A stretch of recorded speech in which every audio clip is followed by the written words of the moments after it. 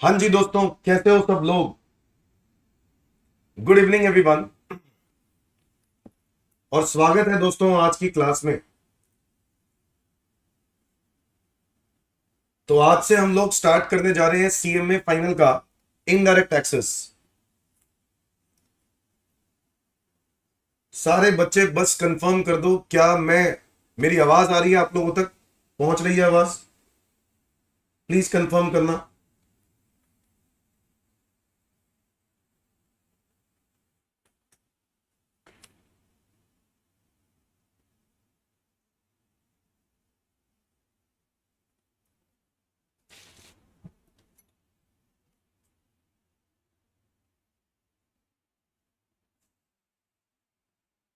Okay, great. हाँ जी दोस्तों, तो सीएमए फाइनल में आपका इनडायरेक्ट टैक्स का कोर्स क्या कहता है। आओ, पहले तो कोर्स के बारे में तो वैसे मैंने चर्चा करी है एक सेपरेट वीडियो के अंदर, वो वीडियो जरूर देखना। इसके अंदर मैं आप लोगों के साथ आज जीएसटी की इंट्रोडक्शन देने वाला हूं। तो आपको तो पता ही है दोस्तों, आपके इनडायरेक्ट टैक्स के कोर्स में 70 मार्क्स का जीएसटी है और 30 मार्क्स का कस्टम लॉ। ठीक है, तो हम लोग शुरुआत कहां से करेंगे? जो इंटरमीडिएट में ही आपने को ने पढ़ा है। आज की क्लास थोड़ी सी इंटरमीडिएट वाले लेवल पे होगी, बट धीरे धीरे करके हम फाइनल लेवल की बातें करेंगे। आज हम लोग बिल्कुल बेसिक्स करने वाले हैं, सिर्फ बेसिक्स बेसिक्स डिस्कस करने वाले हैं कि जीएसटी जो है वो कैसे कैलकुलेट किया जाता है, कौन कौन से टाइप ऑफ जीएसटी हैं, जीएसटी कब लगता है, इन सब चीजों के बारे में चर्चा होने वाली है। और ये हमारा मॉड्यूल नंबर 1 है। अगर आप बुक देखोगे तो सप्लाई अंडर जीएसटी हमारा पहला चैप्टर है, उसी के अंदर मैं आपके साथ ये डिस्कस करने वाला हूं। नाउ एवरीवन, स्टार्ट करते हैं दोस्तों।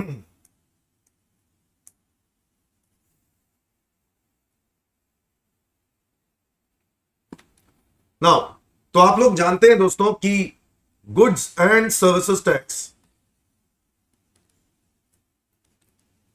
क्योंकि आप लोग इंटरमीडिएट में पढ़ के आए हो, है ना, और आप लोग में से बहुत सारे बच्चे तो प्रैक्टिस में भी हैं, मतलब उसमें आर्टिकलशिप में। तो आप लोगों को यह बात पता होगी कि जीएसटी एक इनडायरेक्ट टैक्स है, जो हम बर्डन क्या करते हैं, शिफ्ट करते हैं।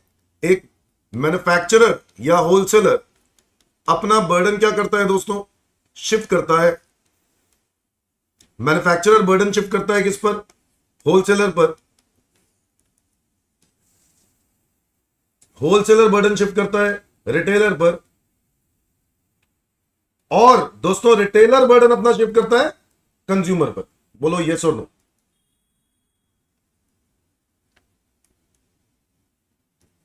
है ना।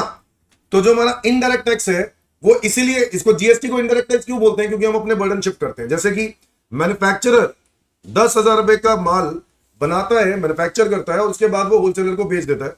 और जैसे ही वो बेचता है उस पर गवर्नमेंट क्या कहती है, जीएसटी दो। तो मैन्युफैक्चरर अपना बर्डन शिफ्ट कर देता है किस पर? होलसेलर पर।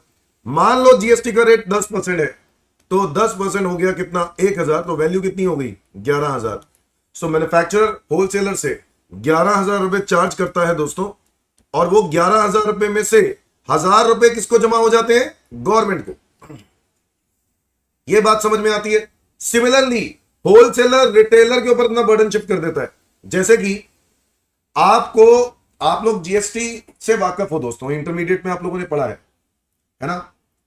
तो हम इसी तरीके से अपना बर्डन शिफ्ट करते हैं। बट मैं इस बात पर आने से पहले थोड़ी सी बात और डिस्कस कर लेता हूं कि जीएसटी कब लगता है। तो जीएसटी लगता है जब हम सप्लाई करते हैं। तो हमारा जो रीजन है जीएसटी लगाने का वो सप्लाई है। तो हम बर्डन तो इस तरीके से शिफ्ट करते हैं। होलसेलर अपना बर्डन जीएसटी का किस पे शिफ्ट कर देगा? रिटेलर पर। और रिटेलर फाइनली अपना बर्डन शिफ्ट कर देगा किस पर? कंज्यूमर पर। तो इस तरीके से अपने बर्डन क्या किया जाता है? शिफ्ट किया जाता है।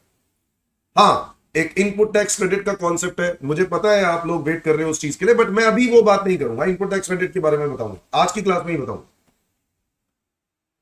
नाउ जीएसटी यानी गुड्स एंड सर्विसेज टैक्स लगता है सप्लाई के कारण। जब हम कोई गुड या सर्विस या दोनों सप्लाई करते हैं ना, तो उस पर क्या लगता है? जीएसटी। बहुत इंपॉर्टेंट है, बेसिक्स बेसिक्स ध्यान से सुनना। अब दोस्तों, इससे पहले की अगर हम बात करें, वो था वैट। जीएसटी आने से पहले की बात करें तो वैट लगता था, और वैट से भी पहले क्या लगता था? Sales tax.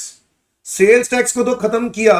क्यों किया आप लोग जानते हो? सेल्स टैक्स को फिनिश किया बिकॉज टैक्स ऑन टैक्स होता रहता था। उस टाइम पर क्या होता था? टैक्स ऑन टैक्स, है ना, बर्डन बढ़ता जाता था, कैस्केडिंग होती थी। कैस्केडिंग को खत्म किया वैट ने। बट वैट में भी दिक्कत आई कि जब हम लोग कोई गुड खरीदते थे तो वैट देते थे, बट सर्विस बेच रहे हैं तो वो आपस में एडजस्ट नहीं हो सकता था, क्योंकि service tax was a central government law और VAT was a state government law. बड़ी परेशानी होती थी।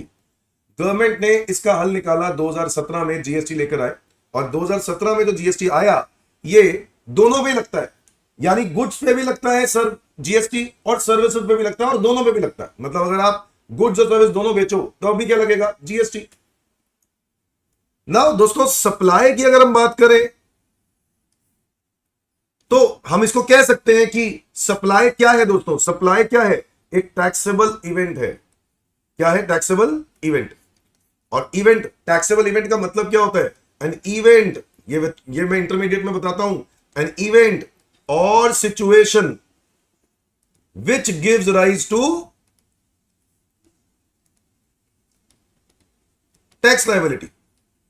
बताओ, जब कोई इवेंट या कोई सिचुएशन जिसकी वजह से टैक्स लायबिलिटी क्या हो? अराइज हो, हम उसको बोलते हैं दोस्तों टैक्सेबल इवेंट। तो जीएसटी किस कारण लगता है? आज कोई भी गुड या सर्विस सप्लाई करेंगे तो जीएसटी लग रहा है। Is that clear everyone? Now everyone, supply तो लगता है, सप्लाई पर जीएसटी लगता है, गुड और सर्विस सप्लाई करने पर। सप्लाई के अंदर बहुत कुछ आता है, हमारा एक अलग टॉपिक है, हम लोग आज की क्लास में तो नहीं, बट अगली क्लास में हम लोग डिस्कस करेंगे। बट सप्लाई कितने टाइप के होते हैं? सप्लाई के अंदर सेल, एक्सचेंज, बार्टर, ट्रांसफर, आप लोग जानते हैं, लाइसेंस, लीज, रेंटल, डिस्पोजल, ये सब चीजें आती हैं। बट सप्लाई कितने टाइप के हैं वो बताओ बच्चों। सप्लाई दो प्रकार के हो सकते हैं। एक होता है इंट्रा स्टेट, इनफैक्ट तीन प्रकार के डाल देता हूं। एक होता है इंट्रा स्टेट, एक होता है इंटर स्टेट, या फिर यूनियन टेरिटरी, एक हो सकता है इंट्रा यूटी। बच्चों, अगर supply with in the state की जाए, विद इन द स्टेट की जाए, मतलब दिल्ली का सेलर है, दिल्ली का बायर है, ठीक है, तो बताओ ये कौन सी सप्लाई है? इसको बोलेंगे इंट्रा स्टेट सप्लाई। क्या बोलेंगे? Intra state supply. दिल्ली का सेलर, दिल्ली का बायर, है ना। ऐसी सिचुएशन में कौन कौन से टैक्सेस लगते हैं? सीजीएसटी और एसजीएसटी। जानते हो कि नहीं? दो टैक्सेस लगते हैं, आप लोग जानते हैं। टैक्सेस तो कितने प्रकार के हैं? अब मैं देखो, मैं वो इंटरमीडिएट वाला लेवल पे नहीं लेके जा रहा हूं आप लोगों को, क्योंकि मैं उम्मीद करता हूं आप लोग इंटर क्लियर करके आ गए हो। बोलो, फाइनल में हो, इंटर क्लियर करके ही आए हो, तो इतना तो पता है कि जीएसटी के कितने टाइप है। जल्दी बताओ। जीएसटी के 4 टाइप्स हैं, CGST, SGST, IGST, UTGST. Yes और नो? इसलिए मैं कुछ ऐसी चीजें हैं जो मैं मान के चल रहा हूं कि आपने ये बातें तो छोटी मोटी बातें पढ़ी हैं। हाँ, मैं बहुत सारी चीजें बहुत डेप्थ में पढ़ाऊंगा, बट बेसिक बातें मैं उम्मीद कर रहा हूं कि थोड़ी बहुत पढ़ी है। जीएसटी के 4 टाइप्स हैं, सीजीएसटी, एसजीएसटी, आईजीएसटी, यूटीजीएसटी। अब मुझे बताओ दोस्तों, जब मैं इंट्रा स्टेट सप्लाई की बात करता हूं, इंट्रा का मतलब क्या है? Within the state. अगर within the state supply करेंगे तो क्या लगेगा? सीजीएसटी और एसजीएसटी। अगर इंटर स्टेट सप्लाई करेंगे, यानी यहां तो हो गया दिल्ली टू दिल्ली, दिल्ली के अंदर ही सेलर था, दिल्ली के अंदर बायर था, बट अगर मैं कहूं एक स्टेट से दूसरे स्टेट में गुड भेजेंगे तो क्या लगेगा? तो बच्चों लगेगा आईजीएसटी। ओ, दिल्ली से अगर गुड कहां बेचा? यूपी में बेचा, या फिर चंडीगढ़ बेचा, कहीं पर भी बेचा, है ना, तो क्या लगेगा? आईजीएसटी। और बच्चों, IGST is a combination of, it is a combination of both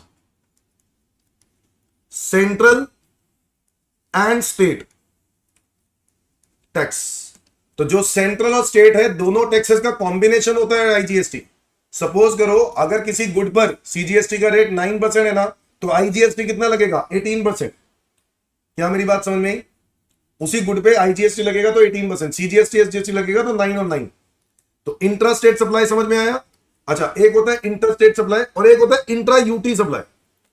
with in the UT, UT समझते हो? Union territory. अगर आप with in the union territory बेचते हो, जैसे कि पहले तो आपको जानना पड़ेगा कि यूनियन टेरिटरी कितने प्रकार के हैं।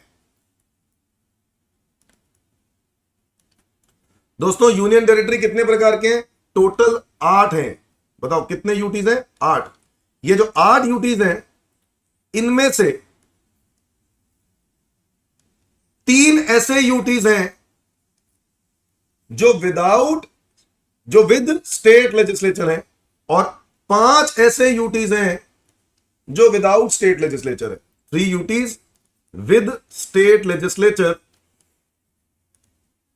क्योंकि आप में से बहुत सारे बच्चों का सवाल होगा, सर दिल्ली तो यूटी है, बट दिल्ली में यूटी जीएसटी ना लगकर एसजीएसटी क्यों लगता है? इसका कारण है दोस्तों, जहां जहां पर भी स्टेट लेजिस्लेटिव राइट्स दे दिए जाते हैं, समझते हो स्टेट लेजिस्लेटिव राइट्स, जहां पे स्टेट गवर्नमेंट के इलेक्शंस होते हैं सेपरेटली, जैसे कि एमएलए को इलेक्ट करने के लिए हमारे दिल्ली में होते हैं, दिल्ली के अंदर होते हैं एमएलए के इलेक्शंस। तो उन स्टेट में उन यूनियन टेरिटरीज को यूनियन टेरिटरी नहीं बोला जाता, उनको स्टेट बोला जाएगा। ठीक है, तो अगर हम बात करें दिल्ली की, तो यस दिल्ली एक यूटी है, बट स्टेट लेजिस्लेचर भी है। भाई जिनके सीएम जो है अरविंद केजरीवाल जी, बोलो यस और नो।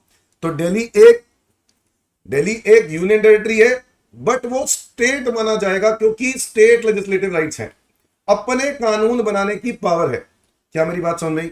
दिल्ली हो गया। इसके अलावा जम्मू एंड कश्मीर, आपको पता चला होगा रिसेंटली जम्मू एंड कश्मीर एक यूटी बना। जब जम्मू एंड कश्मीर यूटी बना, तो दोस्तों जम्मू एंड कश्मीर को कौन सा यूटी बनाया गया? अपना स्टेट लेजिस्लेचर वाला, मतलब अपने स्टेट लेजिस्लेटिव राइट्स है। और इसके अलावा अगर आप बात करो तो कौन सा है? पुडुचेरी। जी हां, पुडुचेरी में अगर हम बात करें पौंडीचेरी का नया नाम पुडुचेरी, तो पुडुचेरी में अगर आपने सामान बेचा तो वो भी स्टेट माना जाएगा, यूटी माना नहीं जाएगा, क्योंकि इंदर भी अपने स्टेट लेजिस्लेटिव राइट्स हैं। तो बताओ ऐसे कौन से स्टेट यूटीज हैं जहां पर स्टेट लेजिस्लेटर राइट्स नहीं दिए गए हैं, विदाउट स्टेट लेजिस्लेचर?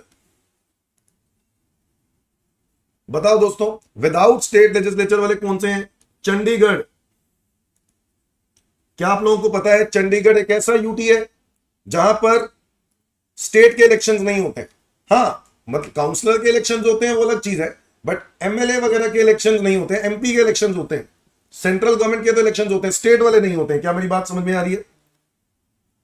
तो चंडीगढ़ हो गया। और कौन हो सकता है बताओ? Daman and Diu and Dadra and Nagar Haveli. बोलो यस और no. Daman and Diu and Dadra and Nagar Haveli. और कौन हो सकता है? लक्षद्वीप, लक्षद्वीप आइलैंड, पता है ना सबको? Andaman and Nicobar, Andaman and Nicobar. और बताओ कौन सा है? लद्दाख। तो 5 ऐसे यूटीज हैं जहां पर स्टेट लेजिस्लेटिव राइट्स नहीं है, मतलब इन एरियाज में स्टेट लेजिस्लेटिव राइट्स नहीं है, यहां पर स्टेट लेजिस्लेटिव राइट्स हैं। तो अगर यहीं पर विद इन दीज यूटीज बिका, तो बच्चों सीजीएसटी के साथ क्या लगेगा? एसजीएसटी लगेगा। अच्छा, और अगर इन यूटीज में बिका तो विद इन दीज यूटीज, तो सीजीएसटी के साथ क्या लगेगा? यूटीजीएसटी लगेगा। क्या मेरी बात समझ में? आधा सीजीएसटी और आधा UTGST. Is that clear everyone? तो अभी हम बड़ी बेसिक बातें बता रहे हैं जो हम लोग ऑब्वियसली इंटरमीडिएट में आप लोगों ने पढ़ा होगा, बट मुझे शुरुआत वहीं से करनी है। बेसिक क्लासेस हो रही हैं अभी फिलहाल आज की क्लास। तो इंट्रोडक्शन, मुझे बताओ यूटी समझ में आते हैं ना सबको? तो याद रखना ये बात। Okay sir, intra UT. अब मैं बताओ इंट्रा यूटी की बात कर रहा हूं, मैं कौन से यूटी की बात कर रहा हूं? Without state legislature. Without state legislature, ऐसे यूटीज जहां पे स्टेट लेजिस्लेचर राइट नहीं है, ऐसे केस में दोस्तों, ऐसे केस में क्या लगता है, ऐसे केस में सीजीएसटी और यूटीजीएसटी लगता है। ओ, सीजीएसटी और यूटीजीएसटी लगता है। इसका मतलब होता है विद इन द यूटी, इसका मतलब होता है within the UT, union territory में ही सामान खरीद कर बेच दिया। यानी चंडीगढ़ का सामान था, चंडीगढ़ में ही बेच दिया, लक्षद्वीप का सामान था, लक्षद्वीप में बेच दिया। सर अगर लक्षद्वीप से चंडीगढ़ बेचा तो भी तो विद इन द यूटी है। नहीं नहीं नहीं नहीं नहीं, अगर लक्षद्वीप से चंडीगढ़ बेचेंगे तो इंटर होगा। सर इंटर यूटी नहीं लिखा मैंने? Yes sir. बताओ दोस्तों समझ में आया कि नहीं? Is that clear everyone? तो हमें जब जीएसटी समझना है तो जीएसटी में ये समझना है कि सप्लाई क्या होता है। हम लोग पढ़ेंगे पूरा कंटेंट ही, हमारा अगला पूरा चैप्टर जो है वो सप्लाई के बारे में, कि सप्लाई होता क्या है, उसी के बारे में डिस्कस करना है। बट हमें पता होना चाहिए कि टैक्सेबल इवेंट क्या है। जीएसटी आज लगाती है गवर्नमेंट, तो कैसे लगाती है? बिकॉज टैक्सेबल इवेंट अराइज हो जाता है। और टैक्सेबल इवेंट का क्या मतलब होता है? कोई भी इवेंट या कोई सिचुएशन जिसकी वजह से टैक्स लायबिलिटी अराइज हो, और वो है सप्लाई। सप्लाई होने की वजह से जीएसटी लग रहा है। और अब अगर मैं बात करूं सप्लाई की, तो मैंने सप्लाई भी टाइप बता दिए। एक होता है इंट्रा स्टेट सप्लाई, एक होता है इंटर स्टेट या इंटर यूटी सप्लाई, एक होता है इंट्रा यूटी सप्लाई। क्या ये बात समझ में? यहां तक प्लीज नोट कर लेना। ये तो मैंने सिर्फ बर्डन शिफ्टिंग बताया, अभी तो मैंने सिर्फ बर्डन शिफ्टिंग बताया। और जीएसटी एक इनडायरेक्ट टैक्स होता है। ओके, ये तो हमें पता है सर, बर्डन शिफ्टिंग होता है। क्या बातें कर रहे हो सर, ये सब बातें हमें पता है, हमने तो प्रैक्टिकल भी देखा हुआ है सर। कमाल कर दिया आपने, बहुत बढ़िया हो, आप लोगों ने तो प्रैक्टिकल भी कर लिया है, आप लाजवाब हो। अब सुनो ध्यान से, प्रैक्टिकल कर लिया है तो बातें कुछ प्रैक्टिकल भी करेंगे।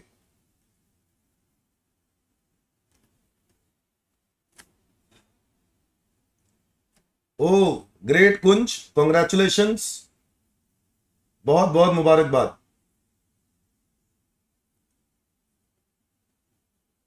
बहुत बहुत मुबारकबाद कुंज। चलो अब इधर देखो दोस्तों, कुंज अलग से बात करेंगे बेटा, ठीक है? अब बताओ, यहां पर अगर हम बात करें,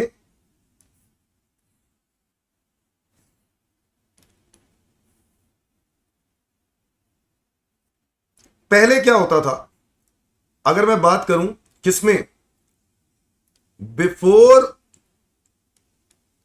जीएसटी पहले लगता था वैट। और दोस्तों वैट से पहले लगता था, अगर मैं वैट से भी पहले चले जाऊं तो लगता था सेल्स टैक्स, है ना? तो हमें यह समझना जरूरी है दोस्तों कि जो सेल्स टैक्स है वो क्या था, और फिर हम लोग समझेंगे कि वैट क्या था, और उसके बाद जीएसटी भी समझेंगे। तो जीएसटी आप लोग जानते हो, बट सेल्स टैक्स समझना जरूरी है। मुझे सारे बच्चे बताओ, सेल्स टैक्स में ऐसा क्या कमी रह गई कि गवर्नमेंट को जीएसटी लेके आना पड़ा? ये एक सवाल हो सकता है। तो आपको पता होना जरूरी है कि एक मैन्युफैक्चरर ने जब होलसेलर को गुड बेचा, होलसेलर ने जब रिटेलर को गुड बेचा, रिटेलर ने जब कंज्यूमर को गुड बेचा, तो टैक्सेस कैसे लग रहे हैं? तो मान के चलते हैं सेल्स टैक्स का रेट 10% है, गुड्स की वैल्यू 1 लाख रुपए है, गुड्स की वैल्यू 1 लाख रुपए है। सारे बच्चे बताओ, इस 1 लाख रुपए के ऊपर 10% का सेल्स टैक्स लग गया। 10% का क्या लग गया? सेल्स टैक्स, क्योंकि मैन्युफैक्चरर ने होलसेलर को बेचा तो 10% का सेल्स टैक्स लग गया। वैल्यू कितनी हो गई? 10,000। टोटल वैल्यू कितनी हो गई? 1,10,000। तो मैन्युफैक्चरर ने होलसेलर से कितने रुपए चार्ज कर लिए? जल्दी जल्दी बताओ। 1,10,000, जिसमें से मैन्युफैक्चरर ने 10,000 रुपए किसको दे दिए? गवर्नमेंट को। अच्छा, सेल्स टैक्स, जो सेल्स टैक्स थे ना, शुरू से स्टेट गवर्नमेंट को मिलता था, तो सेंट्रल गवर्नमेंट को नहीं मिलता था। सो मैन्युफैक्चरर ने होलसेलर के ऊपर बर्डन शिफ्ट किया, और बर्डन शिफ्ट करने के बाद सेल्स टैक्स जो है वो रिकवर करके किसको दे दिया? गवर्नमेंट को दे दिया। ओके, अब मुझे बताओ होलसेलर के लिए कॉस्टिंग कितनी पड़ी? 1,10,000। होलसेलर अपना प्रॉफिट ऐड करता था और बेचता था। प्रॉफिट ऐड किया, मान लो 40,000 रुपए का प्रॉफिट ऐड किया, होलसेलर ने प्रॉफिट ऐड किया 40,000, प्राइस हो गया 1,50,000। अब जब होलसेलर ने 1,50,000 की सामान बेचा, फिर से क्या लग गया? सेल्स टैक्स, क्योंकि होलसेलर अपना बर्डन शिफ्ट करेगा किसके ऊपर? रिटेलर के ऊपर। तो रिटेलर के ऊपर बर्डन शिफ्ट करके 10% कितना हो गया? 15,000, और वैल्यू हो गई 1,65,000। हाँ या ना? तो होलसेलर ने रिटेलर पे बर्डन शिफ्ट करके 15,000 पे रिकवर कर लिया, और 15,000 पे होलसेलर ने किसको दे दिए? गवर्नमेंट को। अब यही रिटेलर के लिए गुड्स की कॉस्ट बन जाती थी कितनी? 1,65,000। यही उसकी कॉस्ट बन जाती थी, क्योंकि जिस कॉन्सेप्ट की आप बात कर रहे हो इनपुट टैक्स क्रेडिट, वो बाद में आया है बच्चों, वो वैट लेके आया था, ठीक है। बट अभी हम लोग बात कर रहे हैं कि सेल्स टैक्स में ऐसी क्या कमी रह गई कि वैट गवर्नमेंट को लेके आना पड़ा। और आपको पता है 2004 से ये बातें चल रही हैं कि हम लोग क्या लेके आएंगे? जीएसटी। और 2004 में क्या ले आए? वैट ले आए। वैट भी उसी टाइम की बात चल रही थी और उसी टाइम पर जीएसटी, और दोनों ही फ्रांस कंट्री ने बनाए थे। फ्रांस कंट्री थी जिसने इंप्लीमेंट किया था 1954 में वैट भी और जीएसटी भी। अब कॉस्ट है मान लो 1,65,000, प्रॉफिट ऐड कर दिया मान लो 35,000, वैल्यू कितनी हो गई? 2 लाख। अब इस प्रॉफिट के बाद जब हम लोगों ने बेचा इसको कंज्यूमर को, तो फिर से क्या लग गया? Sales tax. सेल्स टैक्स का रेट है 10%, वैल्यू हो गई 20,000। टोटल कितना हो गया? 2,20,000। बताओ कंज्यूमर ने रिटेलर को कितने रुपए दिए? 2,20,000। 20,000 रुपए क्या दिए? गवर्नमेंट को दे दिए। अगर हम देखें तो 1 लाख रुपए का प्रोडक्ट है, और अगर आप टैक्सेस देखोगे ना, तो टोटल टैक्स गवर्नमेंट के पास कितना जा रहा है इस 1 लाख के प्रोडक्ट पर? 45,000। मजे हो गए ना गवर्नमेंट के? वाह भाई वाह गवर्नमेंट। तो गवर्नमेंट ने खूब खाए हैं पैसे उस टाइम पर, बट गवर्नमेंट को रियलाइज हुआ कुछ गड़बड़ है। दोस्तों आपको क्या गड़बड़ नजर आ रही है? इसमें एक गड़बड़ नजर यह आ रही है कि आप जो टैक्स है इसको कॉस्ट मान लेते हो, है ना, टैक्स को भी कॉस्ट मान लेते हो, और वो इस वैल्यू के अंदर इंक्लूडेड है और उसी के ऊपर टैक्स लग रहा है। इसको बोलते हैं दोस्तों कैस्केडिंग। क्या बोलते हैं? Cascading of taxes. तो there was cascading of taxes. Is that clear everyone? There was cascading of taxes sales tax के टाइम पर। और क्या कमी लिख रही है बच्चों? देखो 10,000 रुपए का जो टैक्स है वो ऑलरेडी कॉस्ट के अंदर है। अब ये जो 1 लाख रुपए है इसके ऊपर तो ऑलरेडी गवर्नमेंट टैक्स ले चुकी है ना, तो दोबारा क्यों ले रही है गवर्नमेंट? ऐसे तो बताओ 1 लाख रुपए के अंदर वो प्राइस क्यूमुलेट होता जा रहा है। 1 लाख है, फिर 1 लाख के अंदर 40,000 और ऐड हो गया, फिर उसके बाद 35 और ऐड हो गया। हर ट्रांजेक्शन में वैल्यू बढ़ती जाएगी तो टैक्सेस भी बढ़ते जाएंगे, क्योंकि आप 1 लाख रुपए पे भी टैक्स लगा रहे हो मल्टीपल टाइम्स। क्या इस पर टैक्स मल्टीपल टाइम्स नहीं लग रहा है? बिल्कुल सर, मल्टीपल टाइम्स लग रहा है। इस पे भी लग रहा है, पहले वाली ट्रांजेक्शन में जब होलसेलर रिटेलर को बेचा तब भी लग रहा है, और फिर रिटेलर ने जब कंज्यूमर को बेचा तब भी लग रहा है। मेरी बात समझ में आ रही है कि नहीं? अब बताओ दोस्तों, ये तो हो गया सेल्स टैक्स के। हाँ कमियां तो थी, कमियां दिख रही हैं। 1 लाख का प्रोडक्ट है, वो बेचारा कंज्यूमर 45,000 रुपए तो गवर्नमेंट को ही दे रहा है, तो 2,20,000 का बिक रहा है सामान। अब यहां पर जो होलसेलर है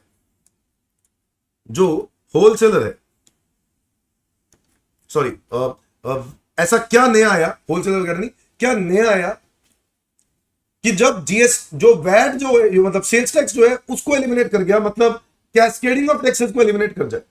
और इसको एलिमिनेट करने के लिए गवर्नमेंट ने एक नया टैक्स इंट्रोड्यूस किया which was VAT. Value added tax बोलते हैं इसको, वैल्यू एडेड टैक्स। बच्चों वैट की अगर हम बात करें, यानी वैल्यू एडेड टैक्स की बात करें, मान के चलते हैं ये 10% ही लग रहा है। वैल्यू एडेड टैक्स का मतलब क्या है? टैक्स किस पे लगेगा? वैल्यू एडिशन पे लगेगा। किस पे लगेगा? वैल्यू एडिशन पे, ओनली ऑन वैल्यू एडिशन। तो जब वैल्यू एडिशन होगी उस पर क्या लगेगा? वैट। क्या ये बात समझ में आई? भाई मैन्युफैक्चरर ने होलसेलर को बेचा, वैल्यू ऐड करी, उस वैल्यू एडेड पे टैक्स लगेगा। ये बात की जाती थी वैट के अंदर। आओ जरा समझते हैं। ये देखो, मैं सेम ट्रांजैक्शन, सेम एग्जांपल को मैं आगे बढ़ा रहा हूं। मैन्युफैक्चरर, होलसेलर, होलसेलर से रिटेलर, रिटेलर से कंज्यूमर। ना जैसे ही आप ये समझ जाओगे ना, आपको एक चीज तो समझ में आ जाएगी, वो आईटीसी के बारे में। वैसे तो आपको पता है, इंटरमीडिएट में आप सब पढ़ के आए हो, बट स्टिल मैं आपको अपने तरीके से समझा रहा हूं, ध्यान से समझना। मैन्युफैक्चरर ने होलसेलर को बेचा, गुड्स की वैल्यू कितनी थी? 1 लाख। फिर जब बेचा तो गवर्नमेंट ने क्या लगा दिया? Value added tax. कितना? 10%। अच्छा 10% लगा दिया तो वैल्यू कितनी हो गई? 10,000। वैल्यू टोटल कितना हो गया? 1,10,000। तो वैट लग गया। जब भी कभी इंट्रा स्टेट सेल, वैट कब लगता था पता है? इंट्रा स्टेट सेल पर। जब भी कभी within the state sale होती थी ना तो वैट लगता था। Within the state sale होने पर वैट लगता था। क्या मेरी बात समझ में आई? सो मैन्युफैक्चरर ने होलसेलर को बेचा 1,10,000 का सामान। सर ये तो बिल्कुल वैसा ही है जैसे ऊपर किया है। हाँ अभी तक तो सेम है। होलसेलर ने ये अमाउंट मैन्युफैक्चरर को जब दिया तो मैन्युफैक्चरर ने 10,000 रुपए किसको दे दिया? स्टेट गवर्नमेंट को पे कर दिया। डन। अब देखो नई बात, ध्यान से समझना। इस होलसेलर के लिए कॉस्टिंग क्या होगी? गुड्स की कॉस्ट क्या होगी? होलसेलर के लिए गुड्स की कॉस्ट क्या होगी? 1,00,000। 1,10,000 नहीं होगी, 1,00,000 होगी। होलसेलर को गवर्नमेंट क्या दे देगा? इनपुट टैक्स क्रेडिट दे देगा। कितने का क्रेडिट दे देगा? 10,000 का। अच्छा ये क्या चीज है बच्चों? गवर्नमेंट कहता है होलसेलर को, होलसेलर चिंता मत कर, जो भी टैक्स तूने दिया है उसका बेनिफिट तेरे को मिल जाएगा। सर होलसेलर कहता कैसे मिलेगा? होलसेलर को बोला गया कि होलसेलर तू आगे तो कस्टमर से टैक्स लेगा ना, जो भी तेरा कस्टमर है तू उससे टैक्स लेगा ना? हाँ लूंगा। तो जो भी तू उससे टैक्स लेगा उसमें से उतना अमाउंट रख लियो अपने पास, बस। तो तेरी कॉस्ट नहीं बनी ना ये 10,000। हाँ बात तो समझ में आती है, क्योंकि इनडायरेक्ट टैक्स है इसलिए बर्डन तो शिफ्ट होना ही था। इसलिए कॉस्ट है 1,00,000 और इसके ऊपर क्या ऐड किया गया? प्रॉफिट। मान लो प्रॉफिट सेम रखते हैं 40,000। आओ 40,000 का प्रॉफिट, वैल्यू कितनी हो गई? 1,40,000। इसके ऊपर आगे क्या लगेगा? वैट। कितना रेट है? 10%। कितना हो गया? 14,000। प्राइस कितना हो गया? 1,54,000। ये बात समझ में आई कि नहीं? सो होलसेलर ने रिटेलर से कितने रुपए चार्ज कर लिए? 1,54,000। और 1,54,000 जो है वो होलसेलर के लिए क्या बन गई? लायबिलिटी 14,000 रुपए की। 1,54,000 में से 140 तो उसका पैसा ही है, उसको मिलेगा। 14,000 उसने गवर्नमेंट को देना है, तो 14,000 वो गवर्नमेंट को देगा। इसको बोलेंगे आउटपुट वैट, जिसमें से 10,000 रुपए का वो ऑलरेडी क्रेडिट ले चुका है, तो वो 10,000 रुपए क्या कर देगा? एडजस्ट कर देगा। तो गवर्नमेंट को कितना देगा? 4,000 रुपए। गवर्नमेंट को कितना देगा? 4,000 रुपए। ये बात समझ में आई कि नहीं? भाई देखो होलसेलर बड़ा सिंपल सी बात बोल रहा है। होलसेलर ने बोला गवर्नमेंट को कि आपने ही तो बोला था 10,000 रख लेना, तो जो 14,000 कस्टमर से आए उसमें से 10,000 अपनी जेब में डाल लिए, 4,000 गवर्नमेंट को दे दिए। क्या ये बात समझ में आई? और वो 4,000 पता क्या है? Tax on value addition. तभी तो इसको वैल्यू एडेड टैक्स बोला गया, टैक्स ऑन वैल्यू एडिशन। मुझे बताओ वैल्यू कितनी ऐड करी है? 40,000। 40,000 रुपए के ऊपर अगर हम 10% करेंगे तो 4,000 रुपए ही तो गवर्नमेंट को दोगे। हाँ या ना? हाँ या ना?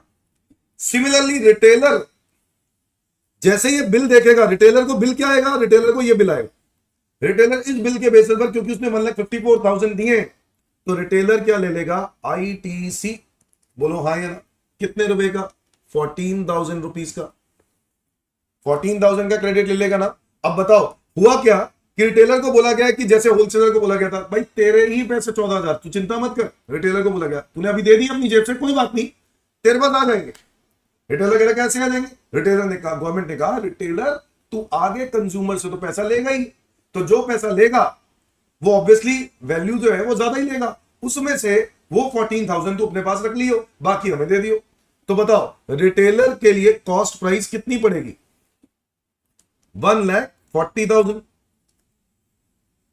हाँ या ना? क्योंकि 14,000 का तो गवर्नमेंट ने उसको क्रेडिट दे दिया ना। अब बताओ प्रॉफिट ऐड करेगा कि नहीं? हाँ बिल्कुल ऐड करेगा। 35,000 का प्रॉफिट ऐड किया, प्राइस हो गया कितना? 1,75,000। और इसके ऊपर फिर से क्या लग गया? वैट, जो रिटेलर ने कंज्यूमर से मांग लिया। कितना? 10%, 17,500। टोटल वैल्यू हो गई 1,91,500। सॉरी 192,500। 192,500। अब मुझे बताओ रिटेलर ने कंज्यूमर से कितना वैट कलेक्ट कर लिया? कितना वैट कलेक्ट कर लिया? 17,500 कलेक्ट कर लिया ना, जिसमें से 14,000 रुपए तो उसने गवर्नमेंट को ऑलरेडी दे दिए थे। तो मुझे बताओ सारे बच्चे, गवर्नमेंट को मैं अभी कितने दूंगा? 3,500। और ये जो 3,500 जो गवर्नमेंट को मैं दे रहा हूं, ये है क्या? Tax on value addition. कैसे निकाला आप चेक करो। 35,000 का वैल्यू एडिशन किया, उसका 10% करोगे तो 3,500 रुपए ही तो आएगा। तो एक्चुअल में सेल्स टैक्स के टाइम पर यही बोला गया था कि गवर्नमेंट को पैसा वैल्यू एडिशन पे तो लेना चाहिए। जितना जितना दुकानदार बीच में अपने अपने प्रॉफिट ऐड कर रहे हैं, सिर्फ उसी में तो टैक्स लेना चाहिए। टैक्स पे टैक्स क्यों ले रही है गवर्नमेंट? तो बात तो लॉजिकल थी। तो इसी रीजन से वैट का कॉन्सेप्ट इंट्रोड्यूस किया गया था। बट इसकी भी कुछ रिस्ट्रिक्शंस थी कि वैट सिर्फ विद इन द स्टेट के लिए बना था, आउटसाइड द स्टेट के लिए नहीं बना था। क्या मेरी बात समझ में आई? अब मुझे बताओ, इस हिसाब से देखा जाए तो आपने गवर्नमेंट को पैसा दिया कितना? 10,000। इस स्टेज पर कितना दिया? 4,000। और इस स्टेज पर कितना दिया? 3,500। यही तो दिया आपने गवर्नमेंट को। बोलो यस और नो। जिसमें आपने कितनी कितनी वैल्यू एडिशन ऐड करी है वो ऐड कर दो। वैल्यू एडिशन की अगर हम बात करें तो मैन्युफैक्चरर ने वैल्यू एडिशन करी थी 1 लाख रुपए की, प्लस होलसेलर ने वैल्यू एडिशन करी थी 40,000 की, उसी पे तो 10% है। और रिटेलर ने वैल्यू एडिशन करी थी 35,000 की, उसी पर तो ये वैल्यू एडिशन है। अब सबको ऐड कर दो 17,500 और ये आ गया 1,75,000। टोटल हो गया 1,92,500। ये आ गया मेरे पास। क्या ये बात समझ में आ गई? ये वही प्राइस है, ये वही प्राइस है जो आप कस्टमर से चार्ज कर रहे हैं। और ये पता है इसलिए हुआ ऐसा क्योंकि there is the tax on value addition. Value addition पे टैक्स होना चाहिए, ना कि सेल प्राइस पे। क्या ये बात समझ में आ गई? क्या ये बात सबको समझ में आ गई?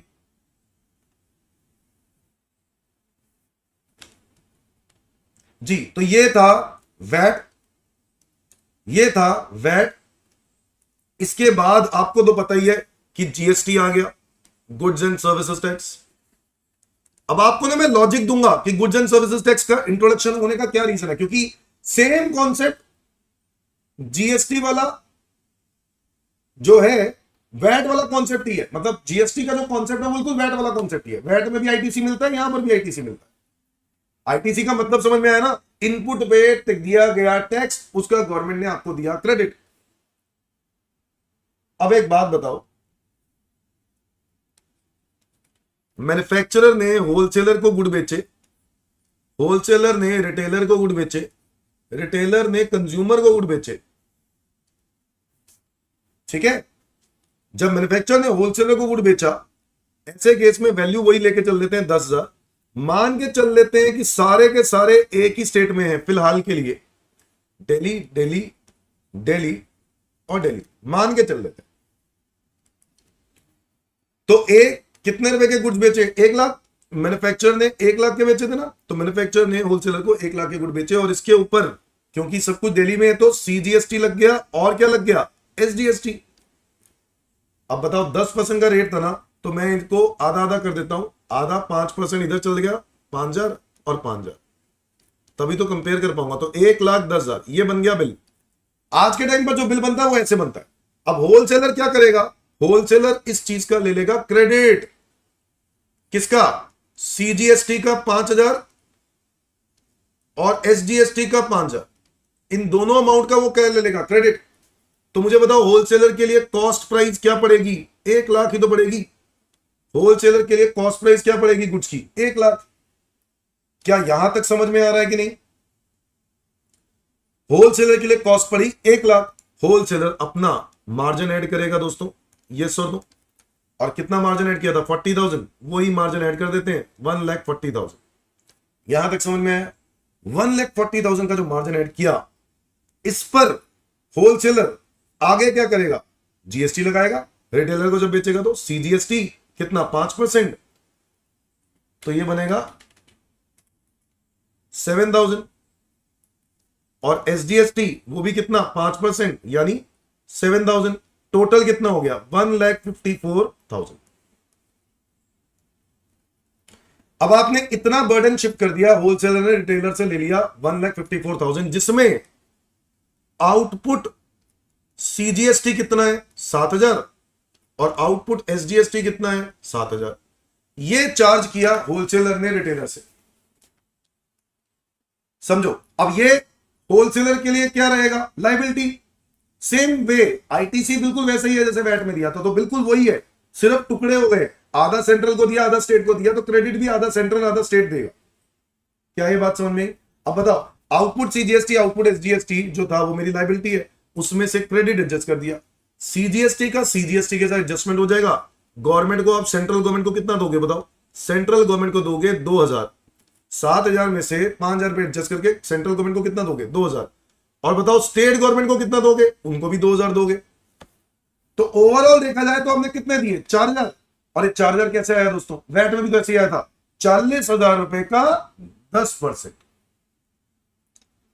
और इससे यह प्रूफ होता है कि वैट और जीएसटी में कोई खास अंतर नहीं है। अभी तक तो वैट और जीएसटी में कोई खास अंतर नहीं है। आगे देखो, रिटेलर को क्या मिल जाएगा? आईटीसी। रिटेलर को क्या मिल जाएगा? आईटीसी। किसका? जो उसने टैक्स दिया है, रिटेलर ने क्या टैक्स दिया है? ये और ये 7,000 7,000।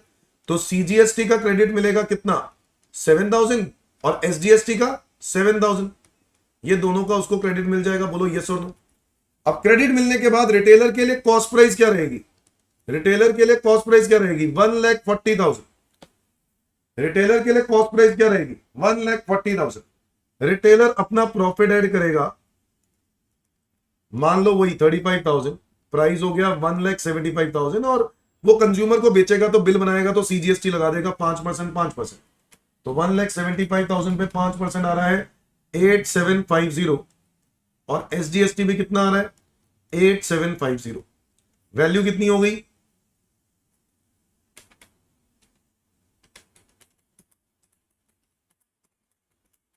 टोटल हो गया 1,92,500। ये हो गया टोटल टैक्स। बोलो यस और नो। अब ये जो टैक्स कलेक्ट किया है सीजीएसटी और एसजीएसटी का, ये आउटपुट सीजीएसटी कितना था? 8,750, और आउटपुट एसजीएसटी, ये दोनों गवर्नमेंट को देने हैं। दोगे कि नहीं दोगे? बिल्कुल देना पड़ेगा, लायबिलिटी है ना ये आप लोगों की। तो ये आपने कलेक्ट किया और अब इसमें से क्या कर दोगे? क्रेडिट एडजस्ट कर दोगे। तो गवर्नमेंट को कितना दोगे बताओ? गवर्नमेंट को कितना दोगे? गवर्नमेंट को दोगे, सेंट्रल गवर्नमेंट को दोगे कितना? 8,750 माइनस 7,000 यानी 1,750, और स्टेट गवर्नमेंट को कितना दोगे? 1,750। कुल मिला के देखा जाए तो 3,500 ही बन रहा है। 1,750 और 1,750 कितना बन रहा है? 3,500। और वो क्या है? 35,000 के ऊपर 10% यानी वैल्यू एडिशन। क्या मेरी बात समझ में आई? सर तो जीएसटी में वैट में ऐसा क्या अंतर आया? प्राइस तो कंज्यूमर को सेम ही पड़ा। हाँ सर, प्राइस तो कंज्यूमर को सेम पड़ा, प्राइस तो कंज्यूमर को सेम पड़ा, इसलिए कोई खास अंतर इसमें तो नहीं आया जो हम लोग देख रहे हैं। अभी तक तो कुछ नहीं आया, बट आपको मैं फर्क नजर दिखाता हूं। बहुत सारा फर्क है। आपको अगर ऐसे देखोगे तो फर्क नहीं है, बट क्या फर्क है? One of the basic difference बताता हूं। मैं अब कोचिंग सेंटर हूं, तो एक कोचिंग सेंटर के पॉइंट ऑफ व्यू से बात करते हैं, कोई बात नहीं। बिफोर जीएसटी की अगर हम बात करें, जीएसटी आने से पहले एक कोचिंग सेंटर कुछ भी गुड्स खरीदता है अपने बिजनेस के अंदर, ठीक है? एक कोचिंग सेंटर का एग्जांपल ले रहे हैं हम लोग। कुछ भी गुड्स खरीदता है अपने बिजनेस के अंदर, और जब वो खरीदेगा तो उसमें बिल में क्या होगा? वैल्यू होगी। मान लो एक बच्चे को पढ़ाना है, फीस है, और वो फीस वो बच्चे से चार्ज कर रहे हैं 10,000 रुपीज। कितनी चार्ज कर रहे हैं? 10,000। ठीक है, अब बताओ उसको पढ़ाने के लिए जो गुड्स है, जैसे कि बुक्स हैं, जैसे कि मार्कर्स हैं, जैसे कि कुछ भी ऐसी चीजें खर्चे हैं, तो वो खर्चे करीब करीब 3,000 रुपए के पड़ जाते हैं। कितने रुपए के पड़ जाते हैं? 3,000। और जब ये गुड्स खरीदे तो 3,000 रुपए के ऊपर आपने क्या दिया? मान लो वैट। उस टाइम पर तो वैट था ना, बिफोर जीएसटी, तो गुड्स पर आपने वैट दिया। वैट का रेट मान के चल लेते हैं 20%। तो मुझे बताओ ये सामान मुझे कितने का पड़ा? 3,600 का। मैं कोचिंग सेंटर हूं, तो क्या मैं ये वैट का क्रेडिट ले पाया हूंगा? मैं नहीं ले पाया हूंगा। क्यों? क्योंकि मैं सर्विस प्रोवाइडर हूं। मैं काहे का क्रेडिट ले सकता हूं? सर्विस प्रोवाइडर हूं ना। अगर मैं रजिस्टर्ड और मैं ट्रेडर होता, यही गुड्स आगे खरीद कर बेच रहा होता, तो मुझे क्रेडिट मिल जाता। अभी यहां पे क्रेडिट नहीं मिलेगा। मेरी बात समझ में आ रही है? तो बताओ, ये कोचिंग सेंटर के लिए कॉस्ट प्राइस उस बच्चे को पढ़ाने की कितने की हुई? 3600। और बताओ फीस वो कितनी चार्ज कर रहे हैं? 10,000, है कि नहीं? फीस वो कितनी चार्ज कर रहे हैं? 10,000। अब वो जो सर्विसेज में 10,000 चार्ज कर रहे हैं ना, इस पर क्या लगेगा? बच्चे से चार्ज करेंगे सर्विस टैक्स। क्या चार्ज करेंगे? Service tax. मान लो 10%, तो कितना हो गया? 1,000 रुपए। ये 1,000 रुपए का सर्विस टैक्स चार्ज करके बच्चे के लिए प्राइस हो गया 11,000 रुपए। चलो इसको भी मैं 20% कर देता हूं, सेम कर देता हूं तो सही रहेगा। 20% कर दिया तो 12,000 रुपए। तो 12,000 रुपए मैं बच्चे से एक फीस चार्ज कर रहा हूं। आज से पहले की बात करें, और मैं अगर मैं मोटा मोटे तौर पर देखूं तो एक कोचिंग सेंटर ने कितना प्रॉफिट कमाया है। प्रॉफिट की बात करें तो 3600 की कॉस्टिंग है, 10,000 का फीस है, तो कितना कमाया है? 6400 का प्रॉफिट कमाया है। क्या ये बात समझ में आ गई कि नहीं? बट जैसे ही मैं आफ्टर इंट्रोडक्शन ऑफ जीएसटी बोल देता हूं, आफ्टर जीएसटी इंट्रोडक्शन, तो काफी दोस्तों चेंजेस आ गए। ये देखो, हुआ ये कि यही कोचिंग सेंटर जब बच्चों को पढ़ा रहे हैं, उसकी वो फीस चार्ज कर रहे हैं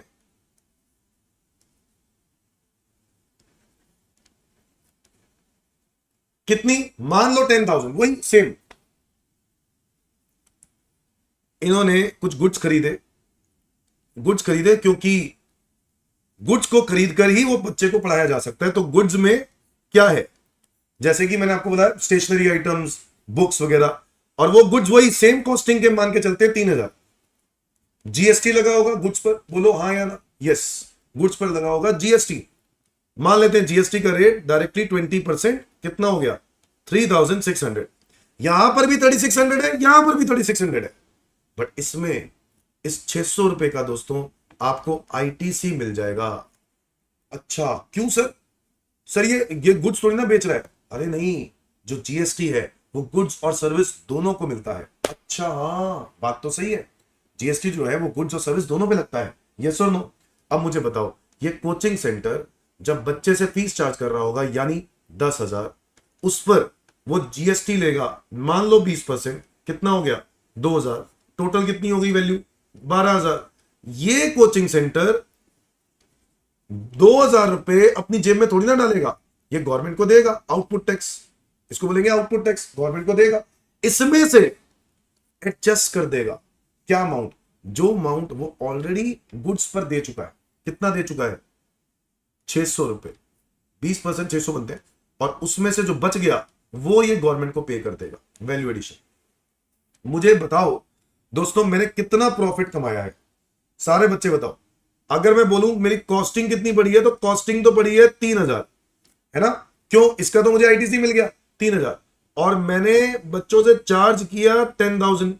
तो मुझे बताओ दोस्तों, 7,000 रुपए का प्रॉफिट हो गया कि नहीं? 7,000 रुपए का प्रॉफिट हो गया। अगर हम ऊपर वाले पॉइंट में देखें तो एक कोचिंग सेंटर का प्रॉफिट कितना हो रहा था? 6,400। अब कितना हो रहा है? 7,000। फर्क समझ में आ रहा है? टैक्सेस ने प्रॉफिट करवा दिया भाई साहब बिजनेस डीलर्स को। आज के टाइम पर आप कोई भी बिजनेस कर रहे हो, उस बिजनेस में जो भी कैपिटल गुड्स खरीद रहे हो, इनपुट्स खरीद रहे हो, उन सब चीजों का क्रेडिट मिलता है। क्या मेरी बात समझ में? और यही वो कारण है कि जीएसटी बहुत बढ़िया टैक्स है, जहां पे आपको हर चीज का क्रेडिट मिल रहा है, आप अपने बिजनेस में इस्तेमाल कर रहे हो। इनफैक्ट लोग तो घर में चीज लगाते हैं, उसका भी क्रेडिट ले रहे हैं। लोग तो घर में चीज लगा रहे हैं, उसका भी क्रेडिट ले रहे हैं, जो कि गलत काम है, इलीगल है। पता चल गया ना गवर्नमेंट को, तो भाई साहब गर्दन से पकड़ेगी और खींच देगी। समझ गए? बट एक्चुअल में क्या है पता नहीं चलता। ठीक है, अगर कोई गवर्नमेंट ऑफिसर ये वीडियो देख ले तो पता चल सकता है। समझ गए बात? बट एक्चुअल में उनको सब पता है, बट कोई ऑप्शन नहीं है उनके पास, क्योंकि उनके पास सबूत होना चाहिए, और घर घर जाके चेक नहीं कर सकते, तो बहुत मुश्किल है घर घर जाके चेक करना। तो यहां पर ये रीजन है। मेरी बात समझ में आई कि नहीं? तो ये बड़ा इंपॉर्टेंट बात है जो मैं आपके साथ डिस्कस कर रहा हूं। सर जीएसटी क्यों आया, आपको समझ में आया, जीएसटी आने से फायदा हुआ है। अब तुम बोलोगे सर भाई फायदा तो बिजनेसमैन को हुआ, कंज्यूमर को क्या फायदा हुआ, कंज्यूमर को तो पहले भी 12,000 अभी भी 12,000। नहीं, ऐसा कोई जरूरी नहीं है। बहुत सारे कोचिंग सेंटर्स ने सोचा कि हम पहले भी तो गुजारा कर ही रहे थे, अभी भी कर लेंगे, तो एक काम करते हैं ना, जो 600 रुपए की बचत हो रही है वो बच्चे की फीस में से कम कर देते हैं ताकि बच्चे को सस्ता पड़े। ऐसा भी किया जा सकता है। तो मेरे कहने का मतलब है कंज्यूमर को फायदा तो है, फायदा तो है। सर और बताओ ना जीएसटी का क्या फायदा हुआ, आओ समझते हैं और फायदे समझते हैं। बच्चों एक मेरी बात सुनो, जो टैक्सेस है ना ये वाले, इसको बोलते हैं आईटीसी की यूटिलाइजेशन। आप लोगों को याद होगा, हम लोग तो रिवीजन कर रहे हैं, एक तरह से इंटरमीडिएट के बेसिक कॉन्सेप्ट्स की रिवीजन कर रहे हैं। इसके बाद अगली क्लास हम सप्लाई चैप्टर पे डीपली डिस्कस करेंगे, ठीक है। मुझे बताओ आईटीसी यूटिलाइजेशन, जो सीजीएसटी का क्रेडिट है, क्या सीजीएसटी का credit can be utilise with CGST, yes और नो? यस, सीजीएसटी का credit can be utilise with CGST और आईजीएसटी। सिमिलरली एसजीएसटी का जो क्रेडिट है वो एसजीएसटी और आईजीएसटी के साथ एडजस्ट किया जा सकता है। यूटीजीएसटी का जो क्रेडिट है वो यूटीजीएसटी और आईजीएसटी के साथ एडजस्ट किया जा सकता है, और जो आईजीएसटी का क्रेडिट है वो आईजीएसटी, सीजीएसटी, एसजीएसटी, यूटीजीएसटी किसी के साथ भी एडजस्ट किया जा सकता है। यह बात याद आ रही है कि नहीं? जल्दी जल्दी बताओ, यह बात याद आ रही है कि नहीं? है ना, सीजीएसटी का क्रेडिट, सीजीएसटी पहली प्रायोरिटी है, सीजीएसटी सेकंड प्रायोरिटी है आईजीएसटी। सिमिलरली यहां पर भी पहली प्रायोरिटी है एसजीएसटी, दूसरी प्रायोरिटी है आईजीएसटी। यहां पर भी पहली प्रायोरिटी यूटीजीएसटी, दूसरी प्रायोरिटी आईजीएसटी। और आईजीएसटी क्रेडिट आईजीएसटी के साथ सबसे पहले एडजस्ट होगा और उसके बाद किसी के साथ भी हो सकता है, इन any order, in any proportion. यह बात याद है कि नहीं? नहीं याद तो कोई बात नहीं, लिख लो, लिख लो, in any order, in any proportion. ये इंटर वाली बातें भाई। आपको बता दूं, आपका जो फाइनल में जीएसटी है ना, इनडायरेक्ट टैक्स, इसमें 50 to 60% तो इंटर का ही चलेगा। 50 to 60% तो इंटर का ही चलेगा। इंटर का तो चलेगा, इंटर भूलना नहीं है, वो तो है ही है। उसके अलावा बहुत सारी 50-60% है जो एक्स्ट्रा है। हाँ, वेटेज जो है वो इंटर वाले से कम, फाइनल के अलग क्वेश्चंस आएंगे, वो वैसे भले लेवल के नहीं आएंगे, तो फर्क तो उस चीज का होगा। बट चलो मैं आपको तो बता रहा हूं कि सर फायदा बताओ और क्या फायदा हुआ है। आप जीएसटी जीएसटी बोल रहे हो कि जीएसटी फायदा, चलो ठीक है, गुड सर्विस का फायदा दिख रहा है, और कोई फायदा है क्या सर? हाँ ना, हाँ फायदा है दोस्तों। अगर मैं बात करूं बिफोर जीएसटी की, जीएसटी आने से पहले, जीएसटी आने से पहले क्या होता था समझाता हूं। देखो, ये एक डीलर है एक्स, वाई को गुड बेच रहा है, वाई जेड को गुड बेच रहा है, और जेड ए को बेच रहा है। सुनना ध्यान से, एक्स ने जब वाई को गुड बेचा ना, एक्स ने जब वाई को गुड बेचा, मान लेते हैं ये दिल्ली है, ये भी दिल्ली है, इनफैक्ट नहीं सॉरी, ये दिल्ली नहीं है, ये मान लेते हैं यूपी है, और ये यूपी से फिर यूपी है, और फिर ये उत्तर प्रदेश ही है। बताओ इसका मतलब क्या है? सर इसका क्या मतलब है? ये तो जीएसटी आने से पहले की बात कर रहे हैं। हाँ, जीएसटी आने के पहले मैंने अभी तक आपसे इंट्रा स्टेट की तो बात करी कि with in the state supply होगा तो क्या लगेगा, विद इन द स्टेट होगा तो वैट लगेगा। बट दोस्तों, सेल्स टैक्स का दूसरा टाइप होता था क्या? Central sales tax. जब भी कभी विद इन द स्टेट बेचते थे तो वैट लगता था, और अगर किसी और स्टेट में बेचेंगे तो सीएसटी लगा करता था। मेरी बात समझ में आई? एक होता था वैट, एक होता था सीएसटी। वैट लगता था जब भी कभी इंट्रा स्टेट सप्लाई करें, इंट्रा मतलब विद इन द स्टेट, और जब भी कभी इंटर स्टेट सप्लाई किया जाता था ना, तो क्या लगता था? सीएसटी। मैं आपको बता दूं आपकी जानकारी के लिए, वैट और सीएसटी दोनों ही स्टेट गवर्नमेंट ही कलेक्ट करती थी। कलेक्ट कौन करती थी? State government. इंटर स्टेट में एक स्टेट से दूसरे स्टेट जब जा रहा है तो स्टेट गवर्नमेंट कलेक्ट करेगी। अब तुम्हारे दिमाग में एक डाउट है कि सर कौन सी स्टेट कलेक्ट करेगी? सेंट्रल सेल्स टैक्स में कौन सी स्टेट कलेक्ट करती है पता है? It was origin based tax. Origin based tax मतलब जहां से गुड बिका है, सेलिंग स्टेट, उस स्टेट को रेवेन्यू दिया जाएगा। क्या मेरी बात समझ में आई? जहां से गुड बिका है यानी सेलिंग स्टेट, उस स्टेट को रेवेन्यू दिया जाएगा। Is that clear everyone? तो इसलिए CST was a origin based tax. अब यही एक कमी है पुराने कानून में जो अब जीएसटी में नहीं है। इसलिए मैं बता रहा हूं जीएसटी के क्या फायदे हैं। समझ रहे हो? एक्स ने वाई को यूपी में बेचा। चलो आओ देखते हैं। मान लो गुड्स की वैल्यू है 10,000 और दिल्ली से यूपी जाने पर सेंट्रल सेल्स टैक्स लग गया। क्या लग गया? Central sales tax.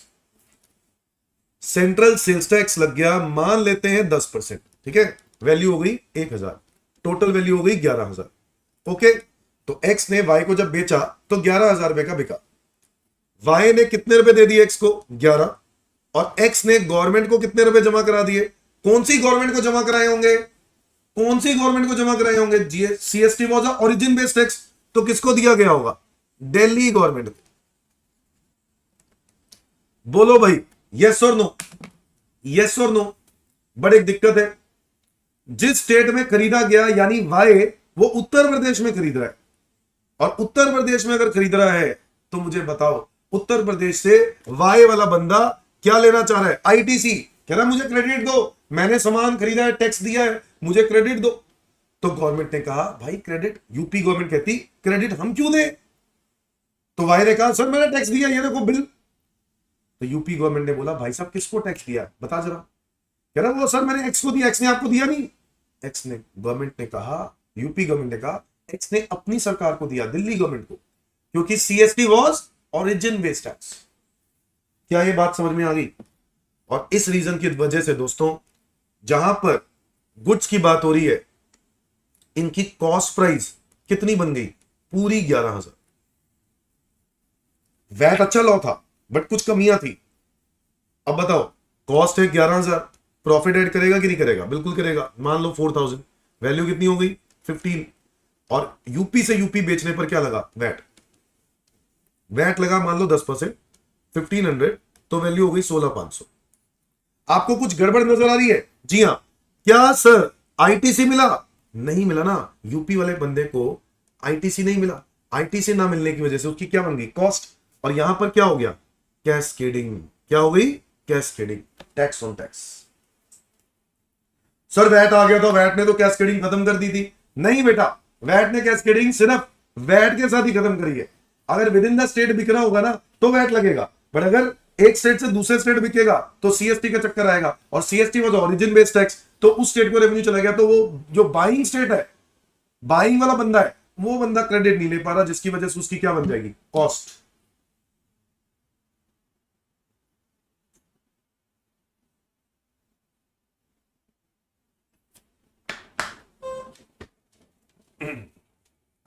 मुझे बताओ, ये यूपी वाला, ये भी यूपी वाला जेड, अब ये यूपी को ही गया होगा ना 1,500, ये जो वाई ने कलेक्ट किया होगा यूपी वाले जेड से, वो क्या करेगा? यूपी गवर्नमेंट को देगा। इसने दे दिया यूपी गवर्नमेंट को, कितना दे दिया? 1,500। अब मुझे बताओ, क्या ये जेड क्रेडिट ले पाएगा कि नहीं? हाँ, जेड ले पाएगा क्रेडिट। कितने का? 1,500। जेड को क्रेडिट मिल जाएगा 1,500। जेड को क्रेडिट मिल गया तो जेड की कॉस्ट प्राइस क्या होगी बताओ? 15,000। और फिर इसके बाद वो अपना प्रॉफिट ऐड करेगा, मान लो 5,000, और ऐड करने के बाद वैल्यू आई 20, और 20 के ऊपर फिर से क्या लगा दिया? 20,000 के ऊपर फिर से क्या लगा दिया? वैट, क्योंकि वैट यूपी से यूपी में बिक रहा है, तो वैट लगा दिया 10% यानी 2,000, तो टोटल वैल्यू हो गई 22,000। अब मुझे बताओ, ये जो जेड है ये अपना 1,500 रुपए एडजस्ट करवाएगा कि नहीं? बिल्कुल करवाएगा। तो आउटपुट वैट 2,000 रुपए का था, जिसमें से 1,500 रुपए वो ऑलरेडी दे चुका है, तो गवर्नमेंट को कितने देगा? 500। 1,500 वो ऑलरेडी दे चुका है, तो 500 किसको देगा? गवर्नमेंट। वैल्यू एडिशन टैक्स आ जाएगा। आगे कहानी सुधर गई, बट अभी तक प्रॉब्लम चल रही थी। बोलो यस और नो, चल रही थी कि नहीं? यस, बिफोर जीएसटी तो ऐसा था। दोस्तों बात करते हैं आफ्टर जीएसटी की। सर आफ्टर जीएसटी ऐसा क्या नया आ गया कि आपको लग रहा है कि अब बहुत बढ़िया है? हाँ बताते हैं, आओ बच्चों। यही ट्रांजैक्शन को मैं आफ्टर जीएसटी एक्सप्लेन करूंगा। सेम ट्रांजैक्शन आफ्टर जीएसटी क्या फर्क आया? एक्स ने वाई को बेचा, वाई ने जेड को बेचा, जेड ने ए को बेचा, ठीक है। और एक्स जो है वो कहां का है? दिल्ली का। वाई कहां का है? यूपी का। जेड भी कहां का है? यूपी का। ए कहां का है? यूपी का, ठीक है। अब मुझे बताओ, एक्स ने वाई को जब बेचा, गुड बेचा, तो क्या होगा? गुड्स की वैल्यू कितनी थी? 10,000। 10,000 और इस वैल्यू के ऊपर 10,000 पे क्या लगा दिया बताओ? 10,000 पर क्या लगा दिया? दिल्ली से यूपी है तो क्या लगेगा? आईजीएसटी। अरे अभी तो बताया इंटर स्टेट सेल होगा तो क्या लगता है? आईजीएसटी। यस और नो एवरीवन? तो आईजीएसटी लग गया। मान लो टैक्स का रेट मुझे सेम रखना पड़ेगा 10%। कितना हो गया? 1,000। वैल्यू कितनी हो गई? 11,000। सर आईजीएसटी वाई एक्स को दे देगा, है ना, 11,000 रुपए, जिसमें से एक्स सेंट्रल गवर्नमेंट को कितने रुपए देगा? 1,000। हालांकि सेंट्रल गवर्नमेंट को 1,000 रुपए देने के बाद जो आईजीएसटी है दोस्तों, इसके दो टुकड़े होंगे, आधा जाएगा सेंट्रल को और आधा जाएगा स्टेट को। बट वो हमारा काम नहीं है। अभी हम लोग ये समझते हैं कि आईजीएसटी की जो कलेक्शन है वो स्टेट फॉरवर्ड सेंट्रल गवर्नमेंट के पास चली जाती है। अब बताओ, वाई ने गुड खरीदा कितने का? वाई ने गुड खरीदा कितने का? कितने की कॉस्टिंग हो गई उसकी? वाई की 10,000 रुपए की। बताओ क्यों? क्योंकि वाई को क्या मिल गया? आईटीसी। कितने का आईटीसी मिल गया? 1,000 रुपए का। मिल गया कि नहीं? अब बताओ, गुड्स की कॉस्टिंग हुई 10,000। अब बताओ प्रॉफिट ऐड करें जरा ऊपर वाले तरीके से, पूरा प्रॉफिट लिख देते हैं 4,000, वैल्यू हो गई 14,000, और फिर आगे बेचा, बेचने पर क्या लगा? जीएसटी। बट यूपी से यूपी बिका तो क्या लगा? सीजीएसटी। और क्या लगा? एसजीएसटी। सीजीएसटी 5% लगा के चलते हैं क्योंकि 10% है ना टैक्स रेट, तो 5 और 5% हो गया 700 और 700, टोटल हो गया 15,400। अब ये 700 और 700 रुपए वाई ने जेड से चार्ज कर लिए। तो आउटपुट जीएसटी की बात करें तो आउटपुट जीएसटी में सीजीएसटी कितना आया है? सर 700 रुपए आया है। और एसजीएसटी कितना आया है? सर 700 रुपए आया है। इसमें से ये क्रेडिट एडजस्ट कर सकते हैं कि नहीं? कर सकते हैं दोस्तों। यस, क्या मैंने अभी अभी बताया? आईजीएसटी का credit can be adjusted with IGST, CGST, SGST, UTGST. Yes और नो एवरीवन? तो मैं ये 1,000 रुपए इसमें से एडजस्ट कर दूंगा 700 रुपए में से, और फिर 700 रुपए में से बाकी का। तो कुल मिला के देखा जाए तो 400 रुपए बच जाएंगे, जो मैं किसको दे दूंगा? State government. Sir state government को क्यों? नहीं, आपकी मर्जी है, आप उसको बांटना चाहते हो। आपने 1,000 रुपए जैसे एडजस्ट किए वैसे एडजस्ट करने के बाद आप दोगे। सर फिर ऐसे सेंट्रल गवर्नमेंट को नुकसान नहीं हो रहा? अरे नहीं ना। क्यों? सर सेंट्रल गवर्नमेंट का तो पहले से ही आईजीएसटी पड़ा है ना, वो उसने रख लेना अपने पास। बोलो यस और नो? स्टेट गवर्नमेंट को कितना मिलेगा? 400। कौन सी गवर्नमेंट है? यूपी। क्या ये बात समझ में आई कि नहीं? तो ये एडजस्ट हो जाएंगे, क्रेडिट एडजस्ट हो जाएंगे। 700 एडजस्ट हो गया, ये एडजस्ट हो गया, और फिर यहां पे बच जाएगा 400। डन। गुड्स की कॉस्ट कितनी होगी? 14। क्यों? अगेन ये क्या ले लेगा? आईटीसी। आईटीसी ले लिया कितने का बताओ? सीजीएसटी कितना? 700, और एसडीएसटी कितना? 700। क्रेडिट लेने के बाद गुड्स की कॉस्ट होगी 14, इस पे फिर प्रॉफिट ऐड कर दिया। प्रॉफिट जो है वही लगा लेते हैं। प्रॉफिट कितना है? 5,000। तो 5,000 रुपए का प्रॉफिट है, वैल्यू हो गई 19, और इसके ऊपर फिर से क्या लग गया? सीजीएसटी और एसजीएसटी। तो 19,000 पे 5% इज 950, और एसजीएसटी पर 950, टोटल 20,900। 20,900, 20,900 रुपए। तो 20,900 रुपए आपने चार्ज किए, 20,900 रुपए आपने चार्ज किए ए से, और वो अमाउंट एडजस्ट हो जाएगा आउटपुट जीएसटी। सीजीएसटी कितना चार्ज किया 950 और एसजीएसटी कितना चार्ज किया 950, इसमें से एडजस्ट कर दो और गवर्नमेंट को बताओ कितना दोगे, सेंट्रल गवर्नमेंट को 250 और स्टेट गवर्नमेंट को भी 250। Now the point is price देखो, प्राइस देखो, जीएसटी आने का फायदा ढूंढ रहे थे ना हम लोग, ये देखो प्राइस देखो 20,900 और ऊपर देखो 22,000। समझ में आ रहा है फर्क? फर्क समझ में आ रहा है कि नहीं? ये है दोस्तों फर्क। हम अगर सिर्फ रट्टे मारने लग जाएंगे ना तो जीएसटी में फिर मजा नहीं आएगा। जीएसटी रटने वाला है ही नहीं, जीएसटी तो एक कॉन्सेप्चुअल है।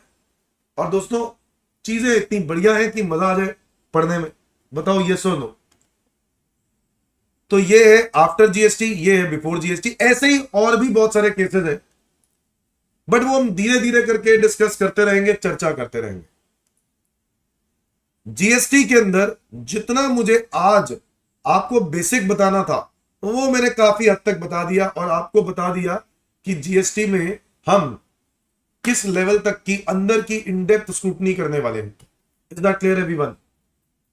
ठीक है, तो दोस्तों अगली क्लास में जो हमारा मेन कंटेंट है वो स्टार्ट हो जाएगा, विच इज सप्लाई। ये देखो स्टडी मटेरियल, तो हमारा टारगेट रहेगा स्टडी मटेरियल। ठीक है, स्टडी मटेरियल के सारा कंटेंट कवर करेंगे और इन सब चीजों के बारे में मैंने बात कर ली है ऑलरेडी। मैं और भी चीजों के बारे में बात करूंगा, बट पहले सप्लाई, तुम्हारा सप्लाई जो चैप्टर है वो स्टार्ट हो जाएगा, जिसमें जो केस स्टडी वाला नोट 2 है, नोट 2 इसमें सप्लाई के बारे में बात की गई है। जीएसटी काउंसिल के बारे में भी बात करूंगा। ठीक है, वो करेंगे अगली क्लास में। तो अगली क्लास में हम लोग मिलते हैं और ऐसी इंपॉर्टेंट बातें डिस्कस करेंगे। ठीक है जी, आज के लिए इतना ही। Thank you, bye bye.